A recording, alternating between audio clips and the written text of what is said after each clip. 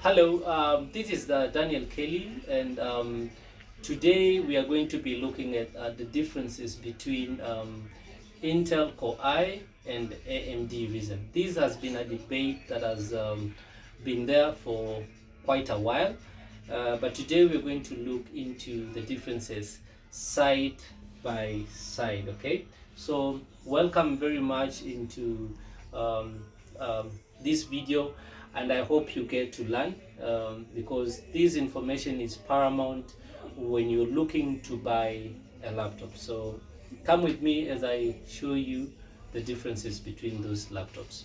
So um, with me today I have two laptops, and one is Intel Core I and the other one is AMD. Right here is the Lenovo T495S, which is Ryzen 5 Pro 3500U. All right, AMD Ryzen.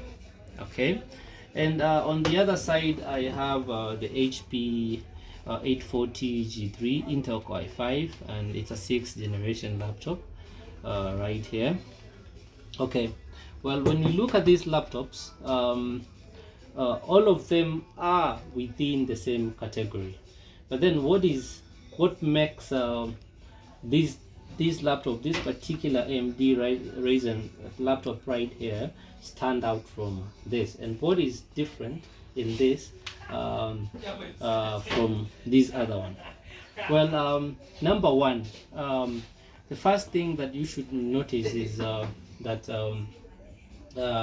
Ryzen laptops, Intel, that is AMD Ryzen laptops, they have what we call more CPUs. All right, and in that case, the threading technology in AMD Ryzen laptops makes them to be, more faster, hence making them more efficient and making them the best the best for multitasking. All right, so you're able to multitask way easily with a AMD Ryzen laptop as opposed to an Intel laptop. All right, so, and I'm going to show you this by showing you side by side. All right, let's start with the HP. As you can see on the HP right here, Intel Core i5 6th generation with a 2.3 gigahertz base processor and 4 CPUs right here. Okay, give it a close up. 4 CPUs, yeah. Okay, then on the ThinkPad we have AMD Ryzen 5 Pro 3500U with Radeon Vega graphics, which is 8 CPUs. All right, at 2.1 gigahertz. So what does that tell you? This particular one here has more cores. The ThinkPad has more cores. The ThinkPad has more cores than the HP right here. Okay. The other thing is that the AMD Ryzen has what we call, or both laptops have what we call graphics in them. This enables you to be able to run graphics. All right, so for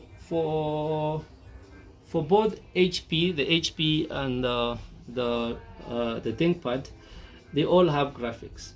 But one thing you will notice is with the ThinkPad, you get what we call better integrated graphics. All right, and I will show you. Look at this.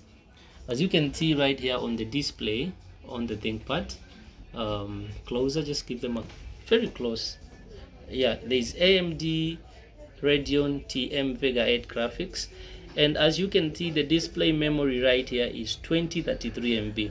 This tells you that the display memory here, the VRAM, is 2 GB. That is the size of the graphics on this particular ThinkPad. Right, when we come to the HP right here, you get what we call the integrated graphics right here, Intel HD graphics 520. All right, but what is the size of the VRAM? The size of the VRAM, just give it, the size of the VRAM is 128 MB. All right, so this one tells you outrightly that this is a better graphics laptop than this.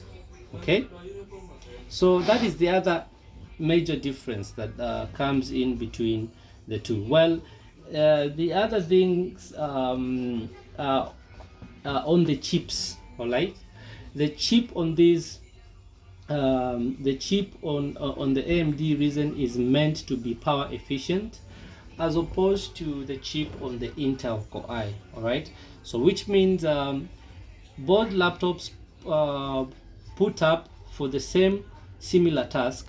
The ThinkPad would outlast the HP on power. All right, so this one would last longer on power consumption. This one would be less in power consumption. The other differences are obviously on the general build, and this is obvious. ThinkPads are always better in terms of design, but I don't mean that we don't have HPs running AMD processors. We still have them, but ideally same range laptops running, one running AMD and one running Intel.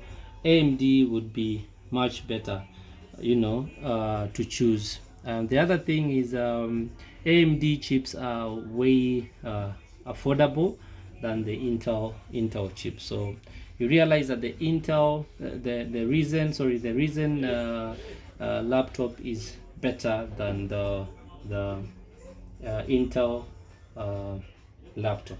So that is the main differences between the two. But again, it doesn't mean that it does not mean that the Intel is not a good laptop. There are certain apps, certain softwares, certain games which require the single core system, which is on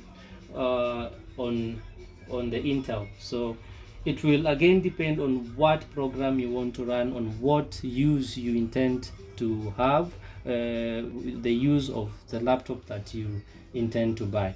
So that is just the overview of it, and I hope this video is informative, and I hope that you've learned one or two in regards to choosing between Intel and AMD Ryzen. You're most welcome.